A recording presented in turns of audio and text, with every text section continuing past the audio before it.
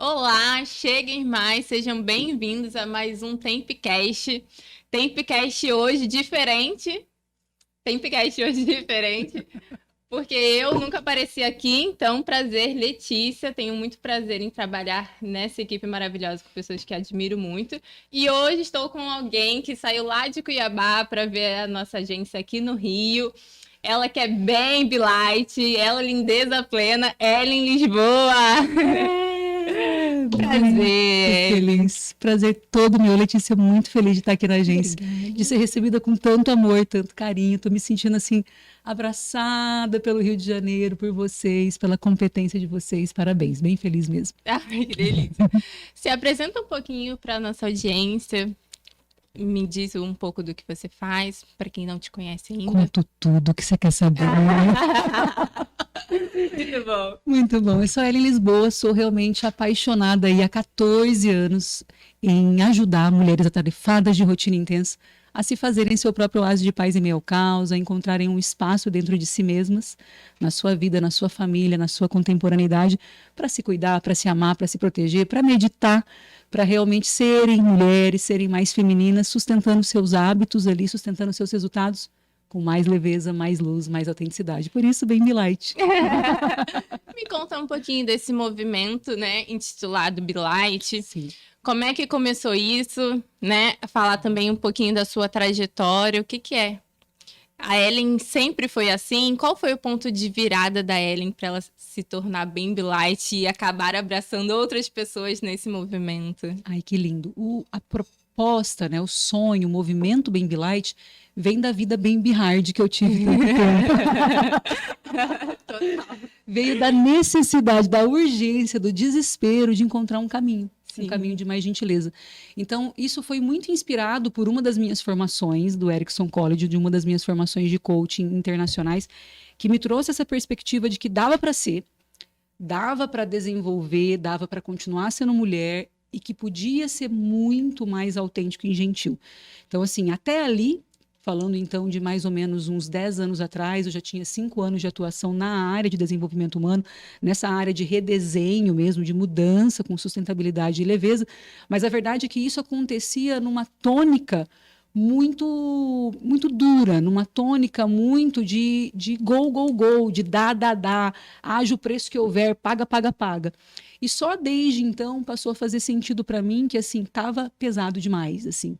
Eu achava que eu tinha que provar para mim mesma e para todo mundo que eu era capaz, para depois descobrir que eu não tinha que provar nada para ninguém, mas sim provar para mim mesma, encontrar um caminho para mim mesma que eu conseguisse obter os resultados que fossem mais coerentes, com a estratégia que fosse mais coerente. Coerente para quem? Para mim.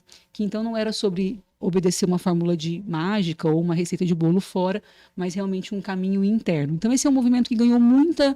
Começou há 10 anos atrás, na minha trajetória profissional aí de novo design de vida, mas ganhou muita força mesmo de 5 anos para cá e com toda essa repercussão do trabalho online de 3, 4 anos, realmente foi agregando lindezas do Brasil todo e hoje está muito bonito de se ver.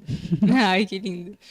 E você fala muito, a gente sabe que um público consumidor maior é muito mais de mulher, então a gente tende a ver empresas ou pessoas escolherem o nicho feminino muito mais por conta desse impulso de consumo do que por conta mesmo de ter alguma coisa mais para agregar. E você fala exatamente ao contrário, você fala sobre o cuidado, né? Você não vai pela questão só da escolha do público por ser algo mais fácil, mas você vai por uma questão de cuidado mesmo, de você dar atenção e uma atenção diferente a pessoas que talvez nunca se olharam assim, né? E revisitam um novo olhar sobre si. Como é que para você é isso?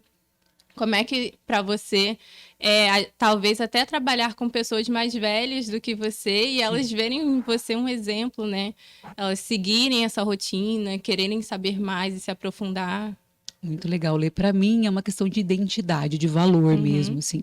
Eu comecei trabalhando de uma maneira menos nichada, menos específica, observando então na prática que eu me fazia um instrumento mais pleno de ajuda para o público feminino. Sim.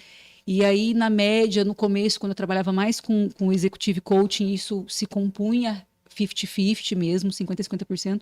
Com o tempo, quanto mais eu fui me especializando e pondo em prática todos esses ensinamentos na minha vida, mais eu fui me sentindo mais à vontade com esse resgate do meu próprio feminino e do feminino que me cabia ali ser um instrumento de ajuda. Então, eu fui me dando conta que, na verdade, eu estava curando o meu masculino, que estava demasiado em mim, e eu estava dando um lugar para o meu feminino. E isso meio que acontecia ao mesmo tempo dentro de mim e nessa composição de clientes. Então, para mim, é uma honra descobrir que esse resgate do feminino, ele não tem idade, né?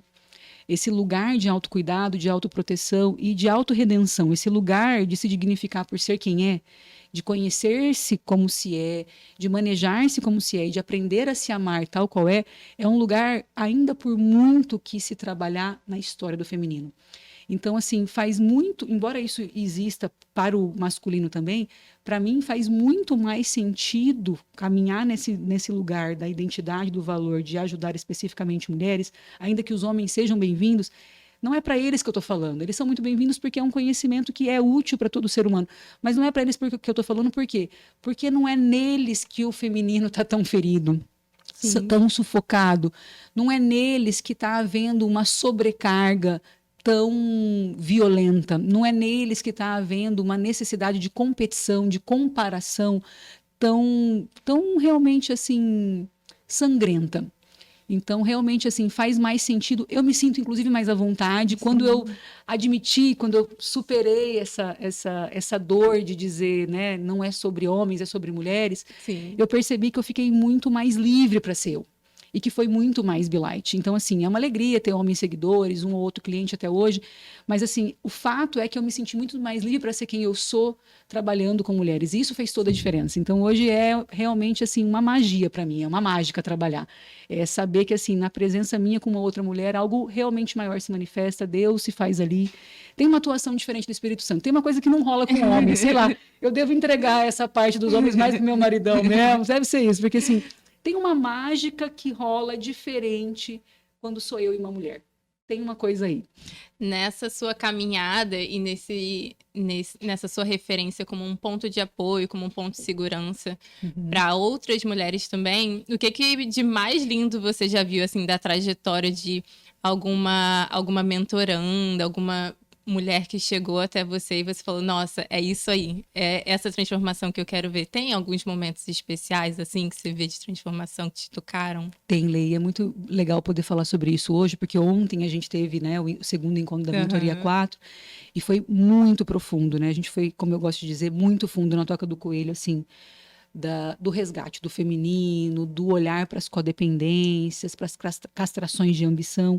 E ainda hoje eu acordei assim com mais de 10 mensagens muito lindas assim, de áudio, de texto, que me geram esse eco interno de que assim, obrigado, Senhor, estou no lugar certo, na hora certa, com as pessoas certas, sendo um instrumento de algo que é muito além do que realmente minhas mãos alcançam, muito além de mim. E são muitas as histórias, mas a história que me vem agora, na hora que você me perguntou, é a história de uma delas em especial, que ainda hoje falou para mim, Ellen, a mentoria de ontem me fez perceber, e isso eu escuto muito das mulheres, mas ela foi mais emocionante hoje, me fez perceber que eu tô bem, que eu e meu marido, assim, com todos os nossos perrengues, com todas as nossas dificuldades e imperfeições, eu e meus filhos, a gente é muito digno, merecedor de uma vida mais leve. Porque com tudo que possa ter tido de traumas na nossa história, de violências e de problemas na família de origem e de desafios na família atual, quando você fala de uma família saudável, hoje eu estou nessa referência. Do que é uma família que começa no casal, que termina no casal, do que é uma família que primeiro Deus, depois eu, depois o meu parceiro, depois meus filhos. E isso é uma coisa que realmente só veio a ser possível graças ao dia que eu te conheci ali 2, 3 anos atrás. E claro que eu tenho a lucidez de que não é sobre mim, né? É sobre a própria lindeza, é sobre a própria pessoa. Mas é uma honra ter essa validação de que, assim, tá funcionando. Eu tô sendo um instrumento, principalmente quando eu escuto de uma mulher de que, assim, eu achei que eu tava quebrada, mas eu tenho conserto. E eu escuto muito isso das mulheres. Essa me procurou querendo se separar. E tinha um casamento muito lindo, assim, com evidências de saúde. mas estava muito convencida que naquele casamento não era possível. E com realmente esse lugar de autorresgate, autocuidado, autoproteção e alguma hierarquia, ela resgatou a potencialidade do casamento dela. Então, assim, é claro que eu não posso controlar isso, eu não determino, mas é realmente muito nobre para mim perceber que quando a mulher se resgata, ela deixa de querer salvar o marido, os filhos, ela deixa de querer estar nesse lugar de sobrecarga, de fazer o que ela não tem controle, mas é quando, na verdade, mais ela ajuda. E ela passa a ajudar já não por uma obrigação e por uma imposição, mas pela inspiração, pela cura dela. Então, a cura dela realmente abrange uma cura de um raio bem grande de pessoas. Eu não sei o que esse ser abençoado mulher tem, que normalmente, quando ela se cura, ela arrasta no mínimo 50 junto. Então, é muito lindo de ver esse efeito em cadeia. Lindo, né? Que vai também ao oposto do que a gente acha que é, né? Que quanto mais se doar, mais vai fazer dar certo e não, né? O oposto do oposto do oposto do que mais muda a vida das minhas lindezas. Assim. Elas estão ali patinando, se matando para salvar o pai, periquito. Aí quando elas testam, não por acreditar no que eu estou falando, porque eu sempre digo, não acredita no que eu falo, testa o que eu falo. Elas vão lá e fazem alguns testes incipientes e assim, de repente, poxa, deixa eu tentar me dar um pouquinho mais. Elas percebem que só então o que elas se mataram para fazer 10, 20 anos acontece. Porque eu imagino que tenha uma barreira. Ah, não, o que essa mulher tá falando não pode ser possível, né? Total. Não, como assim me priorizar? Eu não me priorizo e já não consigo dar conta? Como é que eu vou me priorizar e vou conseguir dar conta? Vai cair duro, vai morrer. Ainda hoje eu também recebi um feedback de uma das mentorandas incríveis, que ela falou, Ellen, eu tô impactada, foi muito profundo tudo que a gente conversou ontem, mas muita coisa não faz sentido ainda. Eu vou ter que estudar, eu vou ter que meditar nisso. Muita coisa não pode ser. Não dá. Eu falei, fica tranquila, a gente tem mais aí 3 encontros online, fora o presencial nessa mentoria. A gente tem aí todos os dias ainda para conter, para dar lugar, para não ter que ser assim, mas você poder olhar por camadas. Sim. E sim, para um dos primeiros impactos, eu até tenho história de algumas pessoas que deixam de me seguir, são poucos, mas eu tenho, tipo assim, não dá para ser. Não é real, não, tá muito montado. Aí lá em Cuiabá é uma cidade pequena, né? A gente tá ali morando e até recentemente a minha cunhada falou, cara, é engraçado, as pessoas da minha família vêm e me perguntam se você é assim mesmo. Ela fala, ela é mais do que isso aí online, ela é na vida real, seja de humor, seja de autenticidade, seja de reconhecer falhas, erros, seja de entusiasmo em realmente testar coisas e aplicar coisas. Então, sim, acontece da lindeza, às vezes, bater o olho e falar, não é para mim, não vai dar, isso aí só é possível lá na Suíça, lá em Marte, lá na casa da Ellen, aqui não vai rolar, rola. Maneiro. E uma outra questão também que queria tocar com você, que é exatamente o fato de a gente se priorizar, o autoconhecimento. A gente acredita que com isso não vai existir problemas, né? Mas, na verdade, acredito que seja o contrário também, né? Os problemas, eles acabam de vez ou eles não acabam quando a gente começa a se conhecer e tem essa rotina de light? Tem uma fantasia, né? A gente tem uma loucura, eu falo muito sobre isso. No paraíso. Nem a pau, Juvenal. Não é sobre isso, né? Leveza, luz, luminosidade não é sobre a ausência de desafios. A gente tem realmente uma disfunção, assim, de objetivo de vida, né? A gente meio que quer acreditar, tem um lado criancinha nosso, bem vitimizado, bem abandonado, que quer acreditar que quando der certo, tudo vira Disneylândia, né? O paraíso, né? Tudo. E, assim, nunca mais desafios acontecem. E eu gosto muito de apresentar como eu gosto de olhar para a cura, exatamente como eu gosto de olhar para a vida. A maneira como eu olho para a cura é a mesma maneira como eu olho para a vida e que eu fui integrando ao longo desses 20 anos de estudo, que é quanto mais leve você tiver, quanto mais luminosa você tiver, quanto mais se priorizando você tiver e mais be-light nesse resgate que a gente está aqui fazendo você tiver, mais a vida vai se apresentar para você como um próximo passo.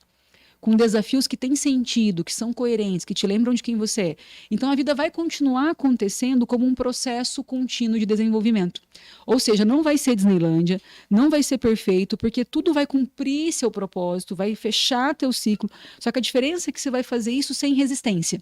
Então, você não vai fazer isso a solavanco. Você vai receber um convite da vida de que isso aqui já deu, e você vai entender que deu e vai, em vez de ficar resistindo, sofrendo e se vitimizando, você vai dizer, então, agora o que eu posso contribuir para isso? Então, isso fica numa engrenagem mais fluida, é como se a gente estivesse com um óleo na engrenagem. Então, um processo de autoconhecimento exitoso é um processo que te permite estar com desafios na vida com fluidez, com óleo na engrenagem. O motor roda. Ao contrário do que acontece com a maioria ainda, infelizmente, estamos aqui para ajudar essa galera.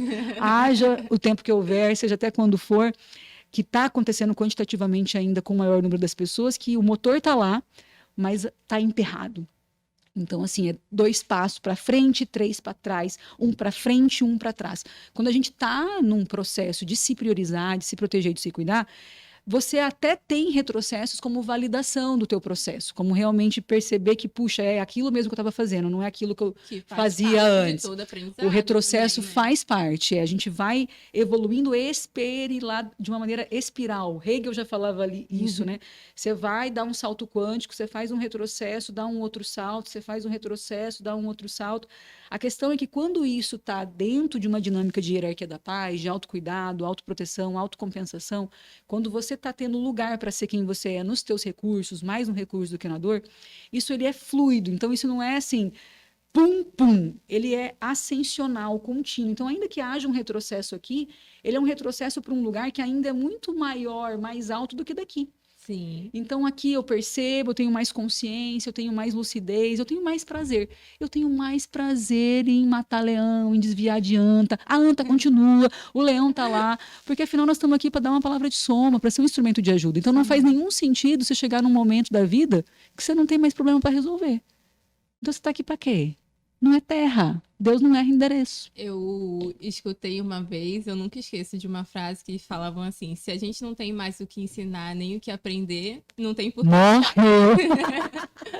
A gente tem uma perspectiva equivocada de sucesso, né? Sucesso como um lugar onde eu não faço mais nada, sucesso como um lugar de férias. Quando, na verdade, a férias faz parte, né? O movimento faz parte, mas estar vivo implica em estar em movimento. Estar em movimento implica em algum pequeno retrocesso, se você tiver funcional, mas sempre ascensão, sempre um próximo nível, né? Bacana, muito bom. E eu sei que para muitas pessoas você já é vista como alguém que já alcançou tudo, já bateu todas as metas de vida, já zerou a vida toda. Mas quais são os seus objetivos futuros? O que que você fala assim, nossa, eu não realizei isso, assim, e nossa, eu quero muito. Aí, meu anjo. Essa aqui é a minha meta de vida, sabe? Coisas que faz a gente acordar cedo e continuar pelejando, continuar nos movendo, né, para achar lugar mais alto. Lindo. Lindo, Lê. Obrigado por me lembrar que eu tenho um pergaminho infinito e interminável de coisas para realizar.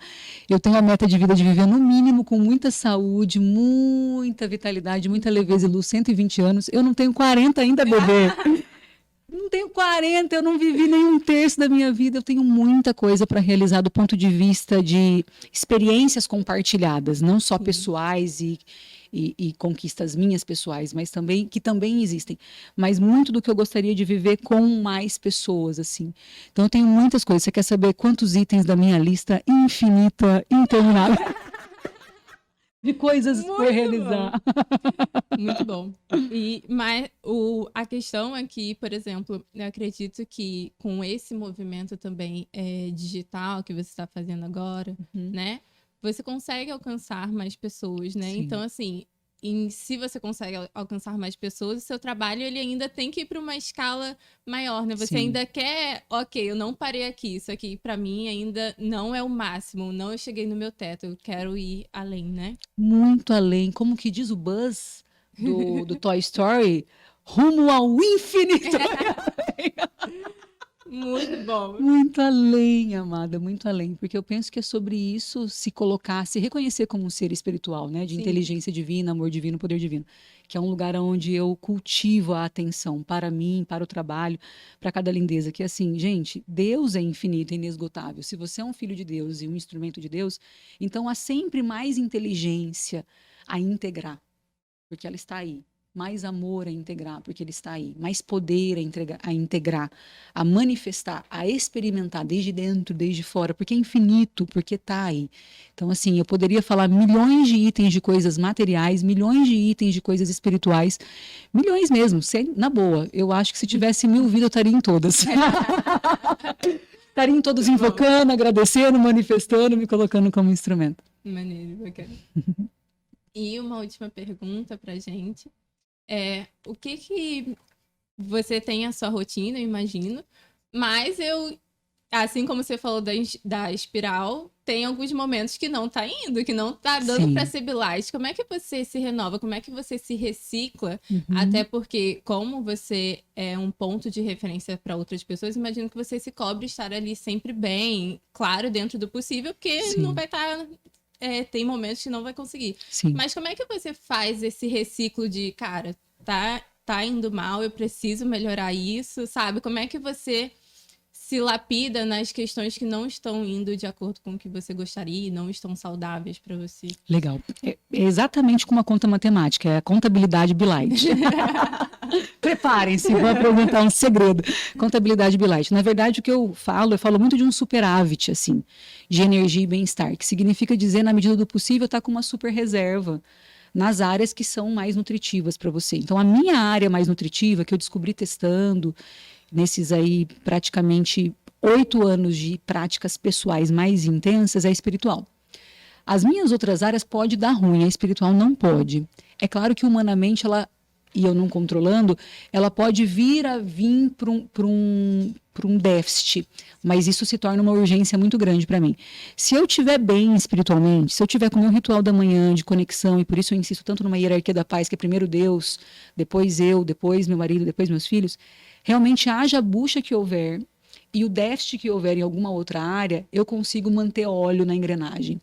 Eu consigo ainda fazer de uma maneira a poupar, proteger e recompensar. Deu ruim aqui, ali na frente eu compenso e a gente humanamente se acolhe, se ama, se aceita num processo de evolução e não perfeição. Então, assim, o meu segredo é de priorizar a espiritualidade, realmente, assim, isso é o que mais funciona para mim nas intempéries da vida. Então eu posso estar com rolo no casamento, eu posso estar com rolo com meu filho, eu posso estar com rolo com meu pai, com rolo com a empresa, com rolo com grana, mas realmente com rolo com Deus eu não posso estar. E quando eu tô com rolo com Deus, eu sei que fui eu que arrumei encrenca, porque não foi Deus que arrumou. Eu corro com isso, eu dou urgência para isso. E aí eu procuro, a cada ano, isso é parte da minha contabilidade Bilight também, que eu fui integrando de uma maneira mais gentil, porque já houve tempo muito hard para mim, de eu me cobrar um nível de performance muito alto em todas as áreas. Como é que eu fui integrando isso com mais gentileza, para poder trazer mais leveza para o processo que não acaba nunca? Eu fui trazendo para cada ano um mote. Eu hoje sigo olhando para todas as áreas, buscando uma harmonia entre todas as áreas, mas entendendo que a cada ano eu vou dar prioridade para uma das minhas áreas. De modo que, então, mais ou menos a cada 10 anos, eu cuido de muito perto de uma área. Ano passado foi um ano de eu cuidar muito de perto do meu casamento. Então, a gente pegou a pandemia ali, Anjo, vamos recontratar muita coisa, vamos olhar de onde a gente veio, para onde a gente está, onde a gente quer chegar, e a gente realmente pôs muita energia nisso. E a pandemia favoreceu isso, mas isso já era uma meta. E eu e o André temos a sincronicidade de ter o mesmo ano numerológico. E na nossa numerologia, o nosso momento de influência, de desenvolvimento é sempre o mesmo. Então, por exemplo, nós juntos estamos no ano 7. O que é o ano 7? Então, o que é o ano da minha prioridade de desenvolvimento? É um ano de prioridade de autoconhecimento, mais sabático, de você realmente olhar para o teu processo interno. O ano 6 é um ano mais da família. O ano 8, que a gente vai começar agora em novembro, é um ano de bombar. É um ano de expandir, é um ano de crescer. Então, o que acontece? Não importa se você usa uma referência numerológica, uma referência astrológica, uma referência que sirva para você, que seja leve para você. O que importa é que você saiba que você não vai sustentar com tanta sustentabilidade todas as prioridades ao mesmo tempo. Então, qual é aquela que tem mais impacto positivo para você? É nela que você coloca como realmente um carro-chefe, como a única coisa que puxa as outras. Isso é a minha contabilidade Bilight. Não é sobre perfeição, é sobre contínua evolução numa dose homeopática, 1% ao dia, que tem por ano, tem um tema por ano. Tem um tema por ano. E quando que eu rodo esse ano? No meu aniversário. Então, todos os meus aniversários, eu faço uma revisão, claro que eu procuro fazer uma dose disso todos os dias, mas quando é o fechamento do ano, eu faço isso como se fosse um balanço maior, eu tomo lá uns 3 dias, fazendo uma revisão do que foi o ano quanto aquele tema do ano, esse ano, por exemplo, autoconhecimento, e quais então são as minhas perspectivas e próximos passos para o ano que virá. Então, esse é o ano, a partir de novembro, começa a ser um ano de realmente impulsionamento, é um ano para impulsionar, para crescer, para expandir, para empreender. O ano 8 é um ano que pede muita resultado, retidão, aperfeiçoamento de processo. Então, naturalmente, eu já estou pensando nisso. 3 dias antes do meu aniversário, eu vou estabelecer metas mais arrojadas nisso. O que eu vou fazer com as outras áreas da minha vida? Take it easy. Vou mais sustentar do que expandir. Então, assim, fiz um excelente trabalho no casamento ano passado. Não estou dando mais tanta moral para o André. Estou mantendo. Mas a frente de expansão eu procuro fazer de uma área da vida por ano, porque realmente na correria, na rotina, ser sustentável também, nos baixos, nos altos, eu tenho que saber que se for para, então, entender aonde eu estou mais como prioridade, é a prioridade desse esquema maior, é uma coisa. Muito bacana. Então, queria que você falasse um pouquinho, deixasse uma mensagem final para quem consegue, para todas as mulheres que estão escutando, mas também para os homens, qualquer um que vier assistir esse podcast. E para como é conseguir ter uma rotina intensa, como é que eles conseguem fazer isso, como é que você... Qual é não é a dica, mas assim... O que funciona, assim, sabe, para Ellen, o que você recomenda que mais ajude quem conseguir escutar esse podcast aqui? Vamos lá. Eu espero não ser tão piegas, né, tão desinibem, mas de fato é o que na prática, vivido de uma maneira mais intensa, mais eu percebo que muda a vida.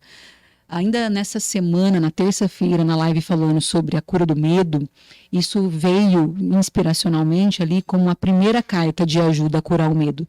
Essa primeira carta que veio na live dessa semana de terça-feira de como melhor integrar o medo, curar o medo, harmonizar o medo, é também o que na mentoria de ontem se revelou ser o ponto de virada da maioria das pessoas, e é o que eu desejo que quem tem acesso a esse podcast tome como um ponto de virada também, que é assim...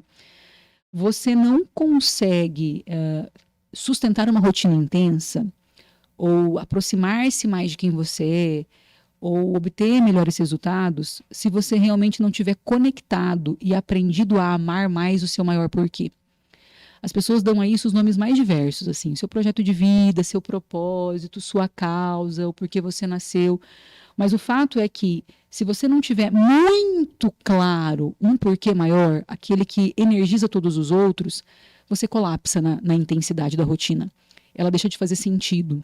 E foi um pouco do que a gente estava conversando há pouco aqui com a equipe, né, com a Tempo 360. Vocês têm uma coisa muito incrível, que é o que é incrível para qualquer pessoa que acesse esse podcast, que tenha um porquê grandioso, um porquê muito amado. Eu chamo de sonho mais amado. Tenha um sonho muito, muito, muito mais amado, pelo qual tudo vale a pena.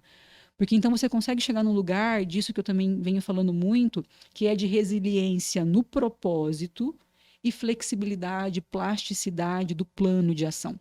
Se você tem um grande porquê, haja a cagada que houver, você readequa a estratégia, mas você não muda o destino. Agora, se você muda de destino toda hora, não há rotina intensa que se pague. Porque você pedala, pedala, pedala e morre na praia. Você nada, nada, nada e morre na praia. Então, a rotina intensa ela não tem um porquê. Ela, no fundo, acaba sendo pura sobrecarga. E é sobre mais amor e menos sobrecarga. Então, como mais amor e menos sobrecarga? Com um sonho mais amado, mais claro, mais apaixonado, mais valor, mais identidade, mais clareza no teu sonho mais amado, naquele porquê. E aí a pergunta que as pessoas sempre me fazem é, como chegar nesse porquê, né? Ele não tem ideia. Essa conversa de propósito, de única coisa, meu Deus, me pira, me parece coisa de gente ET. Vocês vieram da onde? De uma nave espacial?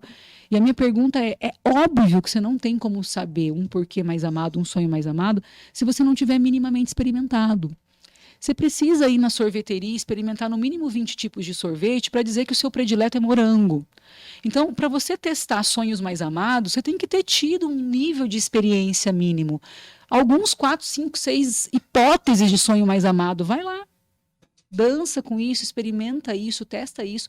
Eu tenho um vídeo no YouTube que eu falo que, poxa, testa pelo menos 2 anos, porque também testar, igual a geração Z aí tá testando, quer testar um dia?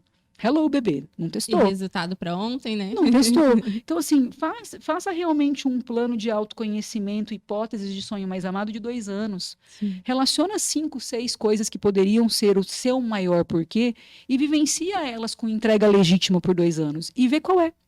Quem eu me torno com isso? Isso me aproxima ou me afasta de uma realização maior? Você levando isso como um trabalho legítimo de autoconhecer-se para então melhor conhecer o seu maior porquê, seu sonho mais amado, é inevitável que você chegue nele.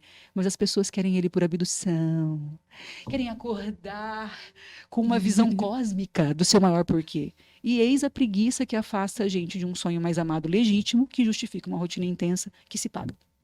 Muito bom. Obrigada, foi um prazer receber aqui você na nossa agência, no nosso cantinho. Muito obrigada. Amei. Hoje a gente fica por aqui, mais um Tempcast terminando e até a próxima.